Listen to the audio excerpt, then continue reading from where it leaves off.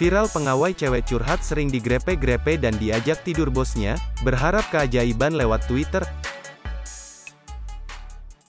Sebuah curhatan seorang pegawai cewek sedang viral di Twitter.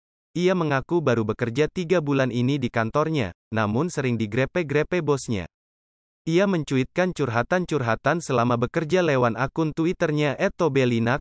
Dalam curhatannya itu, bahkan saking tidak betahnya ia mencari-cari lowongan kerja kepada warganet. Twitter please do your magic? Capek BGT kerja yang bosnya selalu grepe-grepein aku, demikian akun tersebut menulis cuitan. Siapapun yang punya info lowongan kerja buat aku PLS bagi ya, aku lagi capek banget kerja yang bosnya kayak gini, demikian ia melanjutkan curhatannya kepada warganet. Si karyawati itu juga mengaku kalau sudah mengingatkan bosnya namun tidak dipedulikan. Selama 3 bulan bekerja itu ia selalu dipegang-pegang. Enggak cuma sampai di situ, ia bahkan selalu dicegat dilarang pulang duluan oleh bosnya. Maksudnya aku tuh disuruh dia pulang terakhir karena biar bisa berduaan, dan itu selalu terjadi dalam 3 bulan terakhir ini, demikian tulis si karyawati. Kalau menolak permintaan, si bos bahkan mengancam tidak akan mencairkan uang makan dan uang transportasi.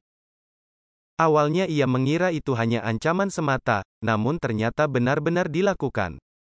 Pernah sehari 2 hari gak dicairin beneran cuma gara-gara aku pulang tepat waktu. Kaget BGT di situ, ia melanjutkan. Sampai detik ini aku masih kerja ikut dia dan baru kemarin parahnya aku diajakin tidur bareng, dan aku nolak. Ya seperti biasa dia selalu bilang kalau gaji dan insentif aku bakal dipotong. Cuitan akun @tobelinak ini telah di-retweet sebanyak 1103 kali dan disukai 2,572 kali. Unggahan karyawati tersebut segera menuai empati warganet.